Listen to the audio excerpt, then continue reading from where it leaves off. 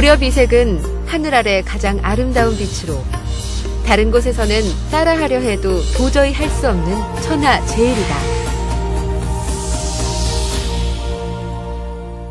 고려 청자는 좌우대칭이 완벽하거나 그렇지 않지만 조형적으로 봤을 때 알맞은 비례를 갖추고 있고 유색 또한 맑고 투명해서 고려 청자만의 기품 있는 그런 아름다움을 갖추고 있다고 볼 수 있습니다.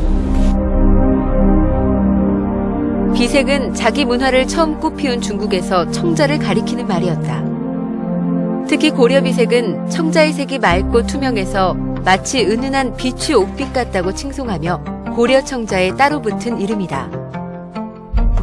천년 전 고려 도공들은 그 누구도 넘보지 못할 가장 진귀한 보물을 만들어냈다. 시대를 앞선 독보적 기술과 독창성, 그리고 최고의 하나를 위해 끊임없이 노력하는 장인의 집념이 탄생시킨 걸작. 우리는 그것을 이 시대 최고의 명품이라고 말하는데 주저하지 않는다.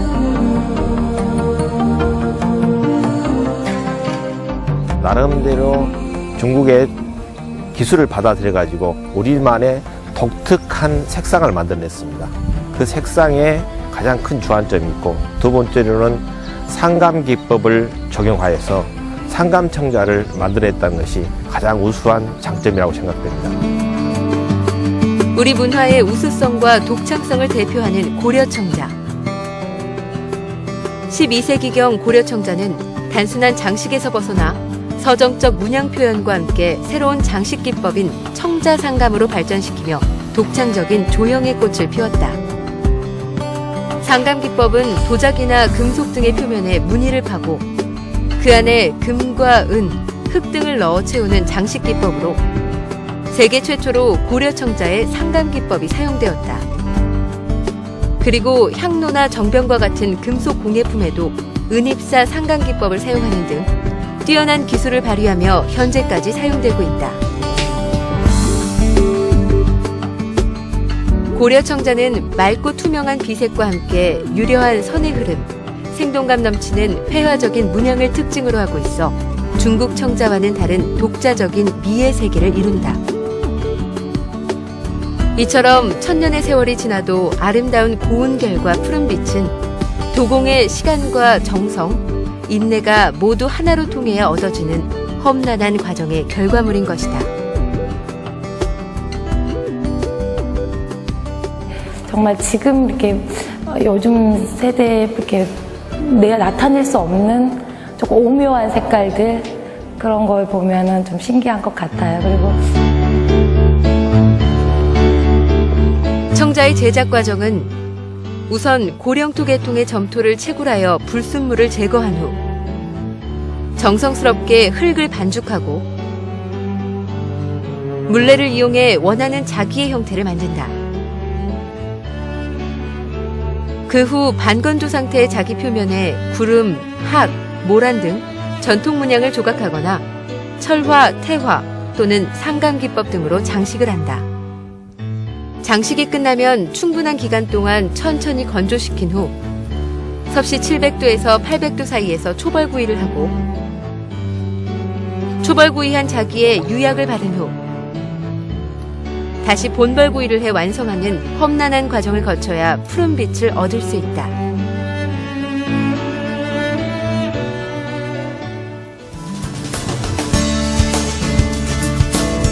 전남 강진군 일대는 약 200여 개의 고려시대 가마터들이 분포되어 있어 예로부터 고려청자를 대표하는 곳이다.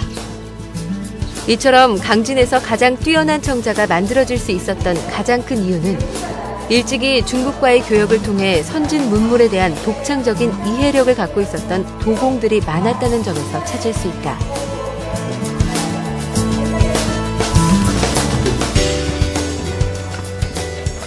지금도 문화재 발굴이 한창인 강진군 일대에서 출토되는 유물 중에서 빠지지 않는 것이 바로 청자 관련 유물로 그 모양과 생김에 따라 유적의 대표 시기와 가치를 판단하는 중요한 근거 자료가 되기도 한다.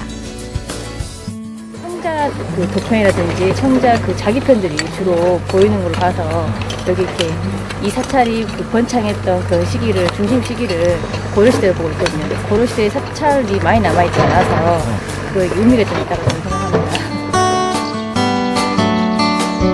고려 청자의 본향인 전라남도 강진군. 강진 청자박물관은 고려 청자의 전통의 가치와 예술혼을 이어가기 위해 많은 노력을 기울이고 있다. 특히 고려 청자의 예술적 가치와 우수성을 세계에 알리고 대중화하기 위해 매주 토요일 강진 명품 청자 경매를 실시하고 있다. 강진 명품 청자 경매가 있는 매주 토요일이면 박물관은 싼 가격에 진귀한 명품 청자를 구입하려는 외지인들로 붐빈다. 남도에서 토요일마다 열리는 예술품 경매가 새로운 문화 관광 상품으로 자리 잡아가고 있어 지역 경제 활성화는 물론이고 외지인에게도 남도 예술을 알리는 창구 역할을 톡톡히 하고 있다. 강진 청자박물관 제2호 가마.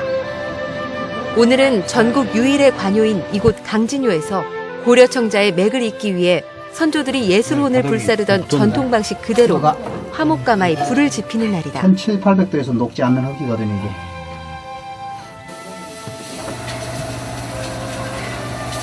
푸른 비치색으로 잘 나올 수 있는 확률은 10% 정도. 1년에 4차례 소나무 장작불로 굽는 화목가마는 최고의 명품 청자를 만드는 데 사용하지만 비용이 많이 들고 작업 과정이 까다로우며 성공 확률이 낮아 고충이 많다.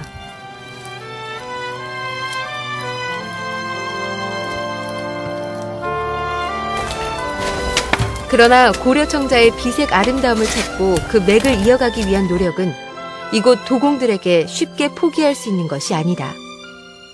글쎄요, 비색이라는 제가 배운 바에서는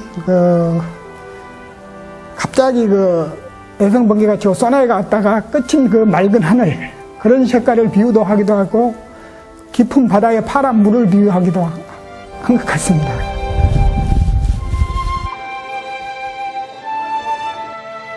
청자가 푸른 빛을 얻기까지 꼬박 3일.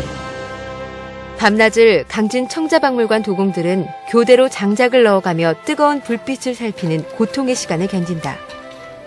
그리고 못내 지쳐 쓰러지고 일어서기를 여러 차례. 옛날 사람들은 어찌 가족 단위로 이렇게 했을 것인데 그 고된 것을 어찌 그 사람들은 혼자 가족 단위로 했을까, 그런 생각하면 오늘 아무것도 아니죠. 이건. 뭐 보잘것없는 흙 가지고 어떤 기물을 만들어서 거기에 장식을 해가지고 청자로 만드는 뭐 그냥 일상적인 얘기지만은 그런 게 이제 저희들은 이제 그게 가장 뭔가 뜻깊게 받아들이고 기쁨으로 이제 생각하죠. 청자가 구워지는 마지막 1300도. 15시간 이상 가마 온도를 유지하기 위해 도공들은 매서운 불기둥 앞에 서는 것도 마다하지 않는다. 근데 이제 유약이 녹기 시작하는 시점 1000도씨부터 공기 양을 일정량 차단을 시켜요. 그러면 그 분위기에서 원래 산화됐던 철이 원래 철 색깔로 파란 청색으로 이렇게 환원되면서 색깔이 변합니다. 그게 이제 청자빛을 결정하는 가장 큰 요인이죠. 강진요 도공들이 지키고자 하는 청자의 진정한 가치는 우리만의 고유한 미의 세계를 완성한 옛 선조들의 창조적인 예술 정신이 아닐까. 천년의 세월을 이어져 도공이 견뎌낸 많은 시간들이 비추색 옥빛으로 다가와 우리에게 흙과 불, 그리고 사람이 조화로운 자연의 신비를 보여주기도 한다.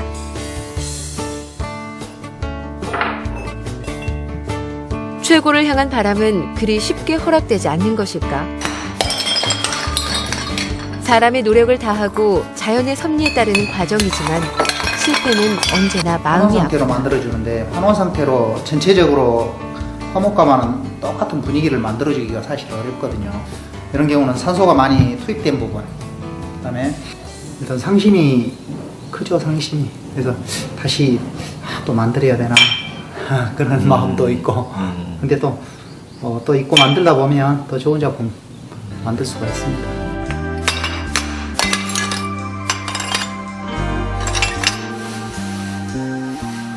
실패의 기억을 통해 또다시 일어서며 세계 유일의 예술혼을 지켜온 청자 도공들의 자존심.